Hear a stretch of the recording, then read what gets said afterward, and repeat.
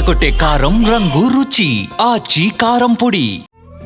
తెలుగు వారి number 1 choice Telugu matrimony. తూచ్ భోగాపురం మాదే.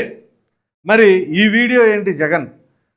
ఈ వీడియోలో ఇప్పుడు భోగాపురం ఎయిర్పోర్ట్కి సంబంధించిన వ్యవహారం మనం విశ్లేషించుకోవాలి. ఎందుకంటే ఏదైనా సరే అది పూర్తయిపోయిన తర్వాత నాది అంటే నాది, నేను చేశానంటే నేను చేశాను, క్రెడిట్ చోరీ అట, ఏదో కొత్త పదం మరలా.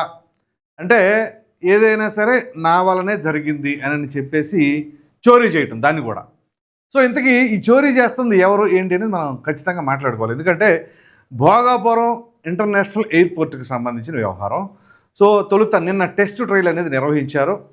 సో ఏదైతే విమానయాన శాఖ మంత్రి అయినటువంటి కింజరపు రామ్మోహన్ నాయుడు గారు, అలాగే కలిసి టప్పలనాయుడు గారు, మరో ఎంపీ, వీరు ఆ ట్రయల్ రన్లో భాగంగా అక్కడికి రావడం జరిగింది. అంతే, ఇదిగో మేము పూర్తి చేసామంటే మేము పూర్తి చేసామని చెప్పేసి వైసీపీ అలాగే మాట్లాడుతుంది, టీడీపీ అలాగే మాట్లాడుతుంది. సరే, అసలు ఏం జరిగింది అనేది కనుక మనం మాట్లాడుకోవాల్సి వస్తే, వాస్తవంగా ఈ భోగాపురం ఎయిర్పోర్ట్ అనేది శంకుస్థాపన చేసింది 2014 నుంచి 19 మధ్య పదవీ కాలంలో చంద్రబాబు నాయుడు గారు ముఖ్యమంత్రిగా ఉన్నప్పుడు 2019 ఫిబ్రవరి నెలలో శంకుస్థాపన చేయడం జరిగింది. సరే, అప్పుడు శంకుస్థాపన చేస్తే మరి ఆ సమయంలో అయిపోతుందా అంటే ఎందుకు అవుతుంది? అవ్వదు కదా. సో దాని తర్వాత వచ్చిన ప్రభుత్వం ఏదైనా ప్రభుత్వం తీసుకుంటున్న కార్యాచరణలపైన కంటిన్యూ చేయవలసిన బాధ్యత ఉంటుంది.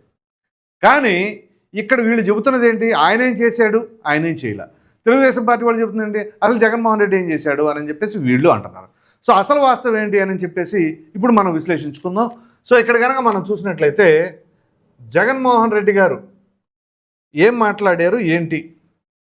ఉన్న విశాఖపట్నం ఎయిర్పోర్ట్ బాగా ఉందని వదిలేసి వేరే చోటికి పోయి అక్కడ ఏకంగా 15,000 ఎకరాల ఎయిర్పోర్ట్ పేరిట అక్వైర్ చేయాలి అని చెప్పి నిజంగా ఎంతవరకు ధర్మం అని అడుగుతా ఉన్నా. అది ఎంతవరకు ధర్మం? ఇక్కడ ఉన్న ఎయిర్పోర్ట్ను వదిలేసి, ఏది విశాఖపట్నంలో ఉన్న ఎయిర్పోర్ట్ను వదిలేసి ప్రక్కనే ఒక 20 కిలోమీటర్ల దూరం, 10 కిలోమీటర్ల దూరంలోనే ఉంది భోగాపురం. అక్కడ ఎందుకు పెట్టుకోవాలి? ఎంతవరకు న్యాయం? పైగా 15,000 ఎకరాలు కరెక్ట్. అప్పుడు చంద్రబాబు నాయుడు హయాంలో 15,000 ఎకరాలు కావాలి ఏది ఎయిర్పోర్ట్కి సంబంధించి అని చెప్పేసి అన్నమాట వాస్తవమే. అయితే ఆ 15,000 ఎకరాలు మొత్తం ఎయిర్పోర్ట్ కోసమేనా? చుట్టుప్రక్కల ఏదైనా సరే హోటల్స్ నిర్మించుకోవడానికి ఇట్లా వాటికి దేనికైనా ఉందా?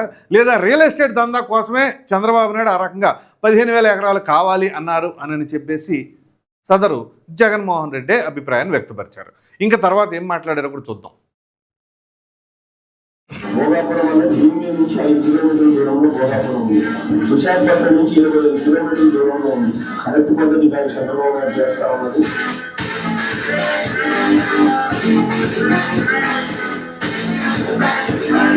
ఇదే భోగాపురం ఎయిర్పోర్ట్ కట్టడానికని రాష్ట్ర ప్రభుత్వం టెండర్లు పిలిచింది. కోర్టు కూడా పోదాం, కోర్టు కూడా పోదాం. కేసులు వేసినప్పుడు గట్టిగా దీన్ని ఆపే కార్యక్రమం చేద్దాం. కోర్టుల్లో కేసులు వేసైనా సరే దీన్ని ఆపే కార్యక్రమం చేద్దాం. ఇప్పుడు చెప్పండి, భోగాపురం ఎయిర్పోర్ట్ నిర్మించారా లేకపోతే ఆ కట్టడాన్ని ఆపాలనే ప్రయత్నాలు చేశారా? ఇది ఖచ్చితంగా మాట్లాడుకోవాలి కదా. ఇక్కడ ఈ 15,000 ఎకరాలు అన్నది కాస్త తదుపరి అంటే వైసీపీ అధికారంలోకి వచ్చిన తర్వాత ఎప్పుడు మరలా వీళ్ళు శంకుస్థాపన చేశారండి? 2023 మే 3వ తేదీన జగన్మోహన్ రెడ్డి గారు శంకుస్థాపన చేయడం జరిగింది. అది కూడా యాక్చువల్గా 2,703 ఎకరాలు సరిపోతుంది అని చెప్పేసి అప్పుడు అన్న తర్వాత 15,000 ఎకరాలు కాస్త చంద్రబాబు నాయుడు 2,703 ఎకరాల్లో ఈ ఎయిర్పోర్ట్ నిర్మాణం అని చెప్పేసి అన్న తర్వాత సదరు జగన్మోహన్ రెడ్డి సీఎంగా ఉన్న సమయంలో ఇందాక నేనేది చెప్పాను 2023 మే 3వ తేదీన ఈయన శంకుస్థాపన చేశారు. అయితే ఇక్కడ ఏంటి అంటే చంద్రబాబు నాయుడు గారు ఏదైతే 2,703 ఎకరాలు కావాలి అన్నారో అంతెందుకు అని చెప్పేసి అందులో నుంచి ఇంకొక 500 ఎకరాలు తీసేసి 2,203 ఎకరాలు అని చెప్పేసి అన్న తర్వాత ఇది జరిగింది. ఏది జగన్మోహన్ రెడ్డి గారి హయాంలో, ఏది 2023 మేలో. అప్పటి నుంచి అది జిఎంఆర్తోనే మరలా అది.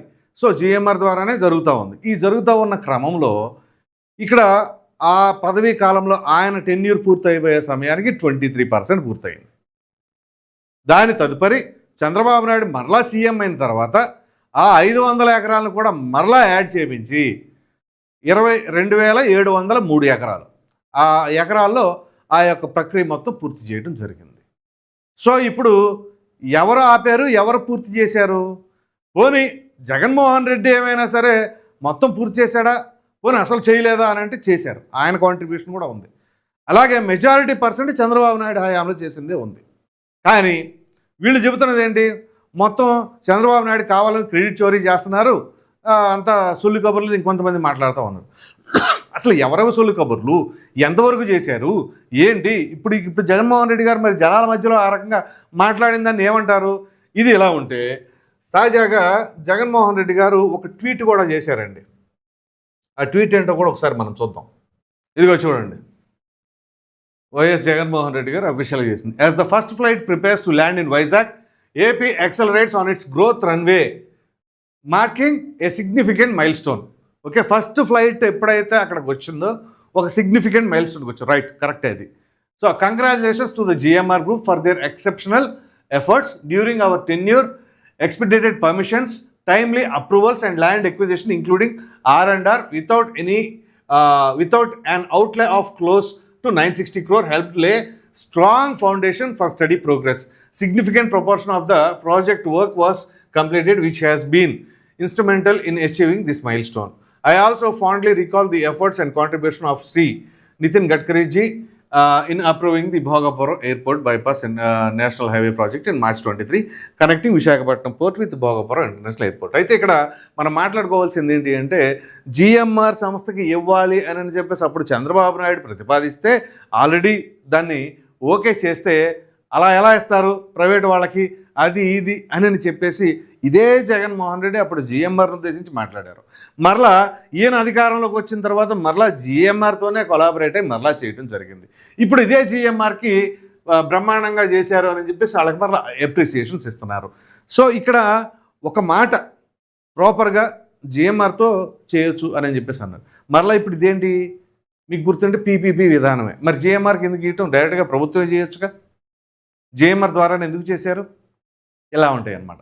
సో ఏదైనా సరే మాట్లాడేటప్పుడు ఖచ్చితంగా ఇప్పుడు ప్రభుత్వం అన్న తర్వాత ఎవరి హయాంలో జరిగినా మంచిగానే చెప్పుకోవాలి. ఇప్పుడు జగన్మోహన్ రెడ్డి గారి హయాంలో అసలు ఏమి జరగలేదు, ఆయన అసలు ఏమి చేయలేదు అంటలేదే. కాకపోతే తొలుత ఖండించిన మాట వాస్తవమే. ఖండించిన తర్వాత మరలా 2023లో మే 3వ తేదీన ఆయన మరలా శంకుస్థాపన చేయటం ఇవన్నీ జరిగినాయే కదా. అంటే అప్పుడు చంద్రబాబు నాయుడు శంకుస్థాపన చేసిందే, మరలా ఈయన శంకుస్థాపన చేశారు. మీకు కనుక గుర్తుంటే కడప స్టీల్ ప్లాంట్ కూడా ఇదే పరిస్థితి. ఎన్నిసార్లు కొబ్బరికాయలు కొట్టారో కానీ కార్యాచరణ ఏది లేదు. ఇదే 2019 ఎన్నికలకు ముందు చంద్రబాబు నాయుడు అప్పుడు శంకుస్థాపన చేశారు కొబ్బరికాయ కొట్టి, తర్వాత జగన్మోహన్ రెడ్డి మరలా కొబ్బరికాయలు కొట్టారు. కానీ ఏం జరిగింది? ఇదిగో ఇలాగ ఉంటుంది.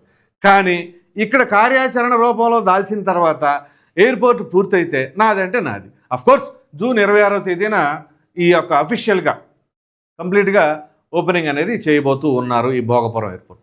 ఓ విధంగా చెప్పాలి అంటే ఇప్పుడు భోగాపురంలో ఇంటర్నేషనల్ ఎయిర్పోర్ట్ అనేది మంచిదంటారా కాదంటారా? జగన్మోహన్ రెడ్డి కాంట్రిబ్యూషన్ ఉంది కాదనట్ల, కానీ దాన్ని ఫస్ట్ వ్యతిరేకించి ఆ తర్వాత నాలుగు ఖర్చుకున్నారో మరి ఏమనుకున్నారో, ఎలా కన్విన్స్ అయ్యారో కానీ ఎట్టగేలకు సర్లే చేద్దాంలే అని చెప్పేసి 2023లో మరి 4 ఏళ్ల పాటు పక్కన పెట్టారుగా. సార్ 4 ఏళ్ల విషయంలో పదే వీళ్ళు చెప్పేది ఏంటంటే 2 సంవత్సరాలు కోవిడ్కి పోయింది. ఓకే రైట్, 2 సంవత్సరాలు కోవిడ్కి పోతే తదుపరి 2 సంవత్సరాలు ఉన్నాయి కదా, 2021 కూడా పోయిందనుకోండి, 22లో ప్రారంభిస్తే అయిపోయేదిగా మీ టెన్యూర్లోనే. అప్పుడు బ్రహ్మాండంగా చెప్పుకునేవాళ్ళు. అసలు చంద్రబాబు నాయుడు గారు నేను చేశాను అనడానికి కూడా ఆస్కారం ఉండేది కాదు కదా. మరి అప్పుడు చేయలేకపోవడం, దాని తదుపరి ఇప్పుడు ఈ ఫస్ట్ ఫ్లైట్ ఎప్పుడైతే వచ్చిందో మాదే ఇది. ఇక అప్పుడు డేటాబేస్ సెంటర్ కూడా అంతే, అదాని డేటాబేస్ సెంటర్, తర్వాత గూగుల్ డేటాబేస్ సెంటర్, దాన్ని ఇటు మార్చారంటున్నారు. పోనీ అలా అనుకున్నప్పుడు స్టార్టింగే గూగుల్ డేటాబేస్ సెంటర్ అన్నప్పుడు ఇదే మాట మాట్లాడచ్చు కదా, దానివల్ల ఏమొస్తుంది అని చెప్పేసి మరి ఎలా మాట్లాడారు? ఇక్కడ గమనించండి, ఈ 2 చోట్ల కూడా మాజీ ఐటీ మినిస్టర్ గుడివాడ అమర్నాథే మాట్లాడున్నాడు. మరలా దానివల్ల ఏమొస్తుంది, ఓ 200 మందికి ఉద్యోగం వస్తుంది, గూగుల్ డేటాబేస్ సెంటర్ అంట, ఏమి ఉండదు దానివల్ల అని చెప్పేసి వాళ్ళు. తర్వాత ఏమనుకున్నారు, మరలా 4 ఖర్చుకొని లేదు అది Adani database centre Google database సెంటర్గా ఇచ్చేశారు, అది మాదే క్రెడిట్ అని చెప్పేసి మరలా అనుకుంటారు. సేమ్ ఇప్పుడు భోగాపురం ఎయిర్పోర్ట్ ఇదే పరిస్థితి. ఇలా ఎంతకాలం ఏదైనా ప్రాపర్గా క్లారిటీతో ఉంటే అప్పుడు ప్రజలకు కూడా అర్థమవుతుంది, అరే ఎంతో కొంత చేశారా బాబు, 90% చంద్రబాబు చేసిన 10% అన్న జగన్మోహన్ రెడ్డి చేశాడు అనేదన్నా వెళ్తుంది. 90% కాకపోయినా 70% చంద్రబాబు నాయుడు చేసిన 30% అన్న చేశాడు, ఇక్కడెక్కడా కూడా ఇబ్బంది లేకుండా జరిగింది, రాష్ట్రం కోసమే కదా అని ఎంతో కొంత ఆలోచించడానికి అవకాశం ఉంటుంది. కానీ ముందు అసలు దానివల్ల ఏమొస్తుంది, మనం కోర్టులకు వెళ్దాం, అలా చేద్దాం ఇలా చేద్దాం అని చెప్పేసి ఇదే భోగాపురం ఎయిర్పోర్ట్కి ల్యాండ్ ఎక్విజిషన్ చేసినప్పుడు కొంతమంది ఆయనకు అనుకూలంగా ఉన్న వాళ్ళ చేత కోర్టులకు వేపించి అది 2000 ఎకరాల దాకా కుదించుకుంటూ రావడం లేదా, మరి అప్పుడు 2703 ఎకరాలకు ఎలా కుదించబడిందంటే ఇలాగే. సో దానికి అడ్డంగా సృష్టించింది ఎవరు అంటే మరలా జగన్మోహన్ రెడ్డి. సో కాబట్టి ఇక్కడ మాట్లాడేటప్పుడు ప్రజలకి సహేతుకంగా వాస్తవంగా ఏది అని చెప్పేసి చెబితే ప్రజలు అర్థం చేసుకుంటూ ఉంటారు. అలా కాకుండా మనం ఇదిగో ఆ ట్విట్టర్ వేదికగానో లేదా ఇంకో వేదికగానో అలా చెప్పుకుంటూ పోతూ ఉంటే అసలు వాస్తవం ఏంటి అని చెప్పేసి నేటి తరంలో ప్రతి ఒక్క విషయం కూడా డేటా రూపంలో అక్కడ మీడియాలో పవిత్రంగా ఉంది. అన్నీ కూడా ఎవరు ఏం మాట్లాడారు, ఎప్పుడేం మాట్లాడారు పబ్లిక్ డొమైన్లోనే ఉన్నాయి అన్నీ కూడా. సో ఈ నేపథ్యంలోనే ఇప్పుడు తూచి మేమే ఈ భోగాపురం ఎయిర్పోర్ట్ చేసింది, చంద్రబాబు నాయుడు ఏం చేయలేదు అని చెప్పేసి అంటున్నారు. సో ఎంతకాలం అయిందంటే కూటమి అధికారంలోకి వచ్చి 19 నెలలు. ఈ 19 నెలల పదవి కాలంలోనే ఇది కంప్లీట్గా పూర్తయిపోయిందిగా. మరి ఇప్పుడు అఫ్కోర్స్ ఇంకా కొంత పార్ట్ ఉంది, రేపు జూన్ కల్లా క్లియర్ అయిపోతూ ఉంటుంది. కాబట్టి అసలు వాస్తవం ఏంటి అని ప్రజలకి క్లారిటీ ఉంది. కాబట్టి మరి మీరేమనుకుంటున్నారు, మీ అభిప్రాయాన్ని కామెంట్ సెక్షన్లో తప్పకుండా తెలియచేయండి. Thank you.